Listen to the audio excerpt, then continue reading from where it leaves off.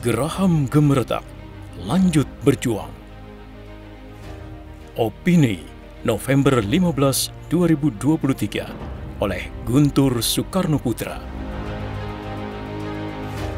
Beberapa waktu lalu, penulis pernah mengutarakan pendapat mengenai kondisi atau peta sosial politik pasca pemilu 2024 yang akan datang, yaitu garis besarnya PDI Perjuangan sebaiknya melalui suatu kongres luar biasa atau KLB mengubah struktur organisasinya dengan menempatkan Jokowi yang sudah selesai tugas kepresidenannya tidak menganggur di kota Solo sebagai warga biasa, melainkan justru ditetapkan sebagai Ketua Umum PDI Perjuangan menggantikan Megawati Soekarnoputri yang saat itu memasuki usia ke-77 tahun.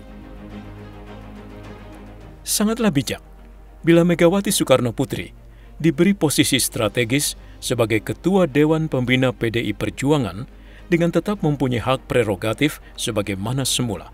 Pendapat penulis tersebut yang ternyata viral di dunia sosial politik kini rungkat atau berantakan karena timbulnya masalah menyangkut putra-putra Jokowi, yakni Gibran Rakabuming Raka, bahkan Kaisang Pangarep. Yang satu, urusan menjadi calon wakil presiden atau cawapres dari calon presiden atau capres Prabowo Subianto. Yang lainnya, ujuk-ujuk diangkat menjadi Ketua Umum Partai Solidaritas Indonesia atau PSI.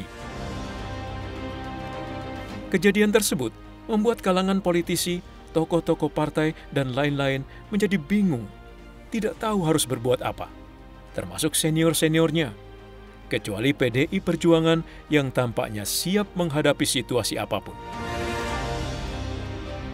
Bagi pribadi penulis, kejadian tersebut membuat terkejut, karena tepatnya pada tanggal 17 Agustus 2023 yang lalu, penulis bertemu dengan Jokowi dan menanyakan perihal kebenaran berita-berita tersebut di atas, terutama mengenai pendirian politik Jokowi, apakah masih konsisten seperti semula ketika bertemu penulis beberapa tahun lalu, yaitu tetap mendukung Ganjar Pranowo untuk menjadi presiden, meneruskan pekerjaan-pekerjaan yang sudah dikerjakan, dan rencana-rencana yang sudah dibuat oleh Jokowi, antara lain pembangunan Ibu Kota Negara atau IKN, hilirisasi, dan pembangunan infrastruktur di seluruh wilayah Negara Kesatuan Republik Indonesia atau NKRI. Mengenai putra-putranya, Gibran dan Kaisang, tidak disebut-sebut atau tidak diutarakan oleh Jokowi. Namun bila penulis hubungkan dengan kondisi saat ini, penulis menarik kesimpulan memang sering terjadi something wrong, sesuatu yang salah. Dan ini adalah fakta, bukan sekedar ilusi atau situasi yang digoreng oleh kalangan anti-Jokowi. Oleh sebab itu, kondisi ini harus dilawan, karena keadaannya sudah membuat negara berada dalam kondisi berbahaya, di mana sebenarnya Presiden harus bertindak cepat untuk mengatasinya. Nyatanya tidak demikian, karena justru sikap Presiden yang naga-naganya menjadi penyebab terjadinya keadaan berbahaya tadi. Contoh di era Presiden Soekarno. Pada era Presiden Soekarno menjadi kepala negara, pernah terjadi suatu keadaan di mana negara berada dalam keadaan bahaya, bahkan sudah dinyatakan dalam keadaan SOB, Staat van Oorlog en Beleg. Keadaan tersebut timbul karena adanya pemberontakan-pemberontakan di daerah-daerah yang dilakukan oleh oknum-oknum militer yang dibantu oleh negara adik kuasa, khususnya Amerika Serikat. Ketika itu, Presiden Soekarno segera mengatasinya dengan mengeluarkan Dekret Presiden pada 5 Juli 1959 dan diberlakukannya sistem demokrasi terpimpin, mengganti sistem demokrasi liberal kapitalistik yang tidak sesuai dengan kepribadian bangsa.